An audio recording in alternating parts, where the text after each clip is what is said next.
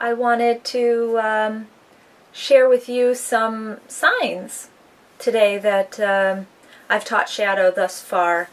You know, Border Collies are such a smart breed. I'm sure any of you that have Border Collies know that. They're like the smartest breed out there.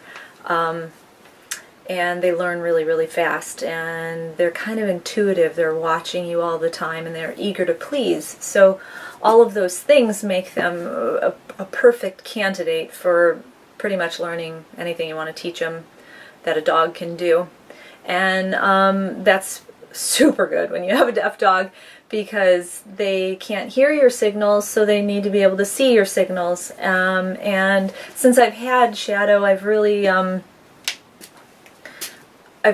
kind of put myself into the position of what's it like to be deaf? You know, what's it like to close your eyes and pretty much the world is gone to you except your inner world? You know, because we rely so much on our hearing that when you take away your visual field, all you have left is if something is touching you, movement in the room, a vibration, wind, or smell. Those are pretty much the ones that are left to you. So I can see why a deaf dog is a little bit more, hey, what you doing, with their eyes? What's going on? You know, Shadow can't hear me when I'm in a different room, like I'm ever in a different room, because she follows me everywhere. But if I am out of sight of her, she really wants to see what I'm doing. Now, she's a herding dog, so it's kind of built into them to follow you anyways and see what you're up to. But with her, it's a little bit more important, because we take for granted, us hearing people, that when I'm in this room and my partner's in the other room, without seeing him, I can kind of know what he's up to. I can tell when he's left the room and gone out the front door or out the back door. I can tell if he's on his computer. I can tell if he's taking his shoes off or putting a jacket on. I can tell all of that in my mind's eye by my ears. They paint a picture for me. So when you don't have hearing, gosh, that takes some adjustment to think about as a hearing person. What's that like? You know? So I think when one sense is lessened, other senses become heightened. And so for her, that means she can see a lot of things peripherally. I swear, we can't get anything past her. And she has a really good sense of smell. I mean, all dogs do, obviously, but geez, it seems like she can smell through a wall sometimes. She's amazing. So I wanted to share with you, just in my experience with her, what does it look like to not be able to say, hey you, come here. Hey you, sit down. Hey you, go get that for me, or whatever. So I have some basic signs that just through being with her, I swear the first 24 hours I was with her, she learned 3 signs. And I just made them up. I mean, I'm in ASL class. I'm a beginning ASL student, just about to go into my 2nd course. You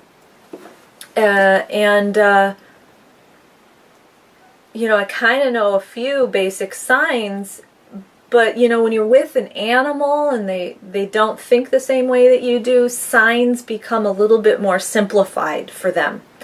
all signs I give her, I like, if possible, for all the signs to be done on one hand.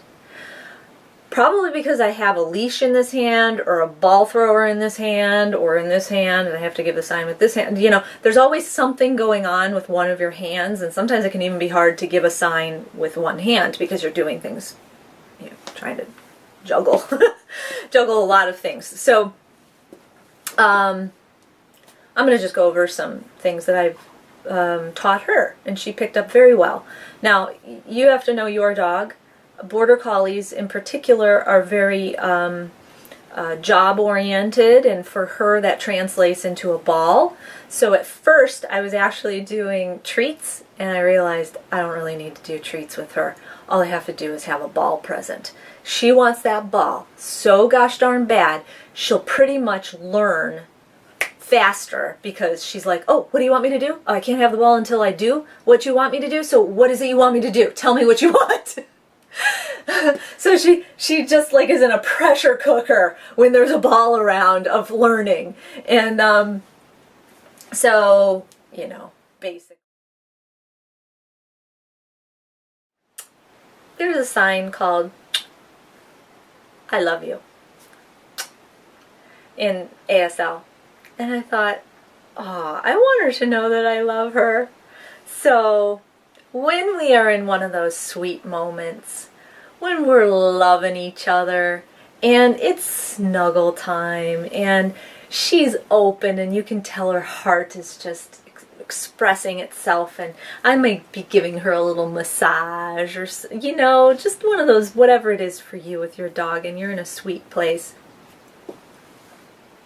I'll just look at her when she makes eye contact with me. I'll go. So that way later, when we're on a walk and she looks back at me to see what we're doing, my hands are full. Can't even do.